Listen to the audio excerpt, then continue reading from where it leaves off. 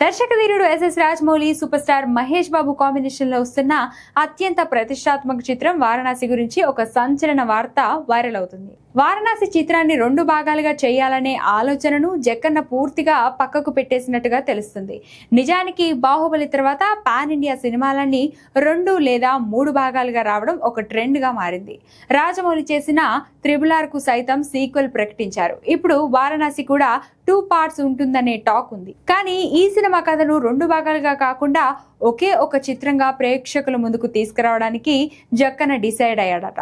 అందుకే ఈ సినిమాను ఎక్కడ సాగదీయకుండా ఒకే భాగంలో ముగించేలా స్క్రిప్ట్ ను పక్కాగా సిద్ధం చేస్తున్నట్లు సమాచారం.